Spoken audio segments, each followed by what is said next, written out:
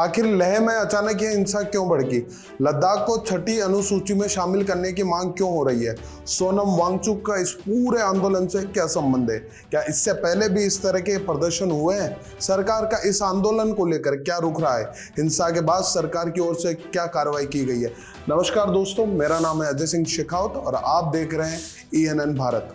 दोस्तों, सबसे पहले ये जानते हैं कि आखिर ये आंदोलन हो किस लिए रहा था। दरअसल लद्दाख के लोग चाहते हैं कि लद्दाख को पूर्ण राज्य का दर्जा, छठी अनुसूची के तहत संवैधानिक सुरक्षा, लेह और कारगिल दो अलग सीटें लोकसभा के लिए बने और सरकारी नौकरियों में स्थानीय लोगों को आरक्षण की मांग शामिल है।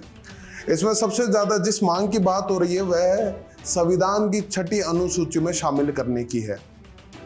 आखिर ये छठी अनुसूची क्या है और किसी राज्य के आम नागरिक को इससे क्या फायदा होने वाला है, ये भी जानते हैं। भारतीय संविधान की छठी अनुसूची पूर्वोत्तर भारत के असम, मेघालय, त्रिपुरा और मिजोरम के आदिवासी क्षेत्रों को स्वयं नियंत्रण की क्षमता प्रदान करती है, जिससे उन्हें अपनी संस्कृति, भूमि और संसाधनों की रक्षा करने व स्वशासन का अधिकार मिलता है। इसके तहत स्व नियंत्रण की क्षमता जिला परिषदें बनाई जाती है, जो भूमि, वन, कृषि और सामाजिक रीति रिवाजों जैसे विषयों पर कानून बना सकती है।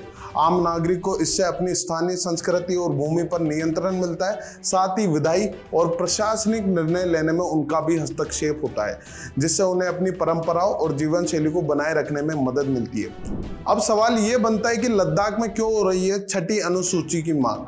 लद्दाख में पूर्ण राज्य के दर्जे की मांग 2019 के पहले से ही हो रही है, लेकिन तब ये उतनी तेज नहीं थी क्योंकि लद्दाख जम्मू कश्मीर का हिस्सा था और धारा 370 वाले प्रावधान यहाँ भी लागू होते थे, जिसमें ना तो कोई भारी यहाँ जमीन खरीद सकता था और ना ही उसे सरकारी नौकरी मिलती थी। लेकिन फिर 2019 में धारा 370 को हटाया गया। पहले लद्दाख इस फैसले से खुश था, लेकिन अब श्रीनगर का राज उस पर हट रहा था। लेकिन फिर लद्दाख में बाहर से आकर लोगों ने निर्माण करना शुरू किया। स्थानीय लोगों को डर था कि इससे वहां के ग्लेशियर पर प्रभाव पड़ेगा। इसे संरक्षित और सुरक्षित करने के लिए छठी अनुसूची की मांग की गई, ताकि वहां की जलवायु को बचाया जा सके, जो कहीं ना कहीं सही भी है। अब जानते हैं कि इस आंदोलन की शुरुआत सोनम वांगचुक ने सबसे पहले कब की थी। सबसे पहले 2023 फरवरी की शुरुआत में सोनम वांगचुक ने केंद्र शासित प्रदेश को संविधान की छठी अनुसूची में शामिल करने की मांग को लेकर 5 दिन की भूख हड़ताल की थी। 18 जून 2023 को शुरू हुए सोनम वांगचुक के अनशन ने लेह के NDS स्टेडियम में सैकड़ों की भीड़ को आकर्षित किया। शुरुआत में यह अनशन 7 दिनों का था, लेकिन उन्होंने इसे 2 दिन और बढ़ा दिया। वांगचुक का सरकार के खिलाफ पहला लंबा अनशन 6 मार्च 2024 से शुरू हुआ था। जलवायु से जुड़ी चुनौतियों के मुद्दे के साथ वे 21 दिनों की भूख हड़ताल पर थे। सोनम ने कहा 21 दिनों के जलवायु उपवास के दौरान 350 लोग -10 डिग्री सेल्सियस तापमान में सोए। सोनम की ओर से लद्दाख को छठी अनुसूची में शामिल करने की मांग को लेकर अलग आंदोलन 1 सितंबर 2024 से शुरू हुआ। सोनम वांगचुक ने 1 सितंबर को लेह से दिल्ली तक पैदल मार्च शुरू किया, जिसका उद्देश्य केंद्र सरकार पर लद्दाख के लिए किए गए वादों को याद दिलाना और दबाव बनाना था। इसे दिल्ली चलो नाम दिया गया, जिसमें लेह एपेक्स बॉडी LAB और कारगिल डेमोक्रेटिक अलायंस KDA भी शामिल हुए। इसके बाद 10 सितंबर 2025 से 35 दिनों के अनशन की शुरुआत हुई, जिसको हिंसक प्रदर्शन के कारण केवल 15 दिन में ही खत्म करना पड़ा। दोस्तों, अब ये जानते हैं कि शांति से चल रहा यह आंदोलन आखिर हिंसक कैसे हो गया। 10 सितंबर से सोनम वांगचुक और लद्दाख एपेक्स बॉडी के 15 कार्यकर्ता भूख हड़ताल पर थे। मंगलवार को LAB के 2 कार्यकर्ताओं की हालत बिगड़ी तो उन्हें अस्पताल में भर्ती कराया गया। कार्यकर्ताओं की तबीयत बिगड़ने के बाद बुधवार को लेह बंद का ऐलान किया था। बंद में ही बड़ी संख्या में युवा सड़क पर उतर आए और मार्च निकाला। युवाओं ने भाजपा व हिल काउंसिल के मुख्यालयों में घुसने की कोशिश की, जिसके बाद पुलिस व सुरक्षा बल ने बल का प्रयोग किया। देखते ही देखते प्रदर्शनकारी और सुरक्षा बलों के बीच पथराव शुरू हो गया। प्रदर्शनकारियों ने स्थानीय भाजपा कार्यालय में आग लगा दी। दोस्तों, अब जानते हैं कि आखिर इस पूरे आंदोलन का केंद्र बिंदु बने सोनम वांगचुक है कौन। दोस्तों, सोनम वांगचुक एक इंजीनियर है और पर्यावरणविद है। 2009 में आई हिंदी फिल्म 3 इडियट्स में आमिर खान द्वारा निभाए गए किरदार की प्रेरणा उन्हीं से ली गई थी। वे लद्दाख के छात्रों के लिए स्कूली शिक्षा प्रणाली में सुधार लाने के लिए भी काम करते रहे हैं।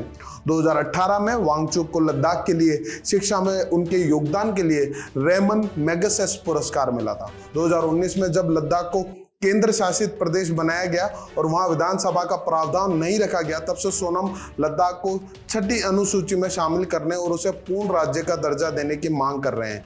इसे लेकर उन्होंने अलग अलग समय पर धरना प्रदर्शन और मार्च निकाला है। आगे सोनम वांगचुक ने इस घटना के बारे में कहा कि उन्हें हिंसा के लिए जिम्मेदार ठहराए जाने का बलि का बकरा बनाने की रणनीति बताया। उन्होंने कहा, ऐसे आरोप है कि हिंसा मेरी ओर से या कांग्रेस की ओर से भड़काई गई समस्या के मूल को संबोधित करने के बजाय बलि का बकरा ढूंढने जैसा है। इसका मकसद हिमालय क्षेत्र की मूल समस्याओं से बचना है। इसमें किसी को लाभ नहीं होगा। माना कि वह गृह मंत्रालय बलि का बकरा बनाने में चतुर हो सकते हैं, लेकिन वह बुद्धिमान नहीं है। युवा पहले से ही निराश है। मैं गिरफ्तारी के लिए तैयार हूं, लेकिन इससे उन्हें अधिक समस्या हो सकती है। उनकी मुश्किलें कम नहीं होगी बल्कि और बढ़ेगी। दोस्तों, अब आते हैं सबसे अंतिम सवाल पर कि आखिर अब इस आंदोलन के बाद सरकार का क्या रुख है। लेह में हिंसा के बाद हालात तनावपूर्ण है। स्कूल कॉलेज 26 सितंबर तक बंद रहेंगे। कारगिल भी बंद रहा। गृह मंत्रालय की टीम ने लेह पहुंचकर हालत की समीक्षा की और 27 से 28 सितंबर को दिल्ली में स्थानीय नेताओं से बैठक होगी। अब तक 87 लोग घायल हुए हैं और 50 से अधिक लोगों को हिरासत में लिया गया। एलजी कविंद्र गुप्ता ने सुरक्षा बैठक कर शांति सुरक्षा सुनिश्चित करने के निर्देश दिए और कहा कि मौतों के लिए प्रदर्शनकारी खुद जिम्मेदार है। तो दोस्तों, लद्दाख का ये आंदोलन अब सिर्फ स्थानीय मांगों तक सीमित नहीं रहा, बल्कि राष्ट्रीय बहस का मुद्दा बन चुका है। एक तरफ स्थानीय लोग अपनी संस्कृति, पर्यावरण, पहचान बचाने के लिए 6ठी अनुसूची और राज्य के दर्जे की मांग कर रहे हैं, वहीं दूसरी तरफ सरकार कानून व्यवस्था और सुरक्षा पर जोर देती नजर आ रही है। सोनम वांगचुक इस आंदोलन का चेहरा बनाए हुए हैं और हिंसा के बाद हालत और भी गंभीर हो गए। अब सबकी नजर 27 और 28 सितंबर को दिल्ली में होने वाली बैठक पर है, जहां पर यह तय होगा कि सरकार लद्दाख की इन मांगों को लेकर क्या ठोस कदम उठाती है। दोस्तों, अगर वीडियो अच्छा लगा हो तो चैनल को लाइक, शेयर, सब्सक्राइब करना ना भूलें। आज की खास रिपोर्ट में फिलहाल इतना ही। आपसे फिर मिलेंगे एक नई रिपोर्ट के साथ। तब तक बने रहिए हमारे साथ। धन्यवाद।